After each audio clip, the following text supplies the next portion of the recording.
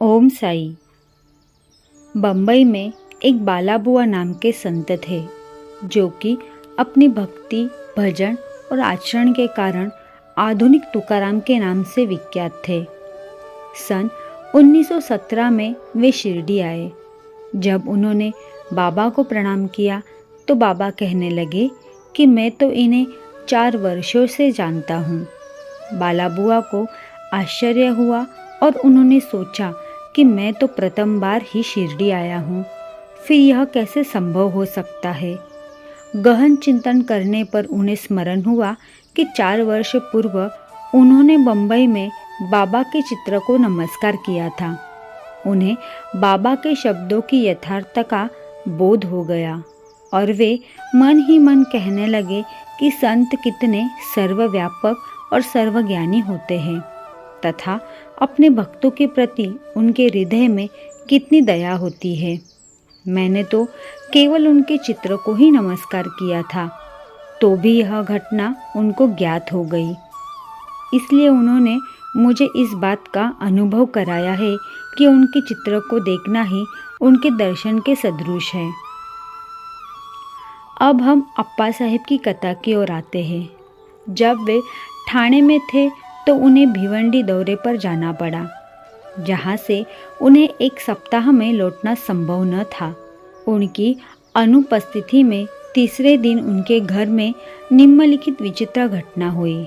दोपहर के समय अप्पा साहेब के गृह पर एक फकीर आया, जिसकी आकृति बाबा के चित्र से ही मिलती जुलती थी। श्रीमती कुलकर्णी तथा उनके बच्चों ने उनसे पूछा कि आप शिरडी के श्री साईं बाबा तो नहीं है। इस पर उत्तर मिला कि वे तो साईं बाबा के आज्ञाकारी सेवक हैं और उनकी आज्ञा से ही आप लोगों की कुशल क्षेम पूछने आए हैं। फकीर ने दक्षिणा मांगी तो श्रीमती कुलकर्णी ने उन्हें 1 रुपया भेंट किया। तब फकीर ने उन्हें उदी की एक पुड़िया देते हुए कहा कि इसे अपने पूजन में चित्र के साथ रखो। इतना कहकर वह वहाँ से चला गया।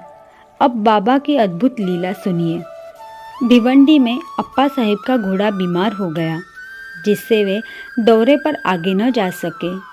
तब उसी शाम को वे घर लौट आए। घर आने पर उन्हें पत्नी के द्वारा फकीर के आगमन का समाचार प्राप्त हुआ।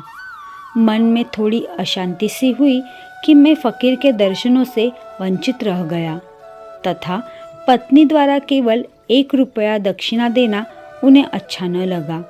वे कहने लगे कि यदि मैं उपस्थित होता तो 10 रुपये से कम कभी न देता। तब वे फिर भूखे ही फकीर की खोज में निकल पड़े। उन्होंने मस्जिद एवं अन्य कई स्थानों पर खोज की, परंतु उनकी खोज व्यर्थ ही सिद्ध हुई।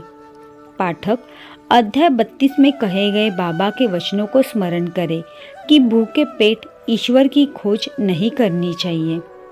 अप्पा साहेब को शिक्षा मिल गई कि वे भोजन के उपरांत जब अपने मित्र चित्रे के साथ घूमने को निकले, तब थोड़ी ही दूर जाने पर उन्हें सामने से एक फकीर द्रुत गति से आता हुआ दिखाई पड़ा।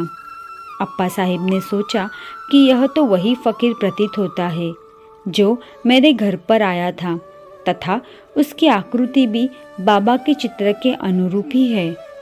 फकीर ने तुरंत ही हाथ बढ़ाकर दक्षिणा मांगी। अप्पा साहेब ने उन्हें 1 रुपया दे दिया। तब वह और मांगने लगा। अब अप्पा साहेब ने 2 रुपये दिए, तब भी उसे संतोष न हुआ। उन्होंने अपने मित्र चित्रे से 3 रुपये उधार लेकर दिए, फिर भी वह मांगता ही रहा। तब अप्पा साहेब ने उसे घर चलने को कहा। सब लोग घर पर आए और अप्पा साहेब ने उन्हें 3 रुपये और दिए, अर्थात कुल 9 रुपये। फिर भी वह असंतुष्ट प्रतीत होता था और मांगे ही जा रहा था। तब अप्पा साहेब ने कहा कि मेरे पास तो 10 रुपये का नोट है। तब फकीर ने नोट ले लिया और 9 रुपये लौटाकर चला गया। अप्पा साहेब ने 10 रुपये देने को कहा था, इसलिए उसने 10 रुपये ले लिए और बाबा द्वारा स्पर्शित 9 रुपये उन्हें वापस मिल गए। अंक 9 रुपये अर्थपूर्ण है तथा 9 विधा भक्ति की ओर अंकित करते हैं। यहाँ ध्यान दें कि लक्ष्मीबाई को भी उन्होंने अंत समय में 9 रुपये ही दिए थे। ऊदी की पुड़िया खोलने पर अप्पा साहेब ने देखा कि उसमें फूल के पत्ते और अक्षत है। जब वे कालांतर में शिरडी गए तो उन्हें बाबा ने अपना एक केश भी दिया। उन्होंने ऊदी और केश को एक ताबीज़ में रखा और उसे वे सदैव हाथ पर बांधते थे। अब अप्पा साहेब को ऊदी की शक्ति विदित हो चुकी थी। वे कुशाग्र बुद्धि के थे।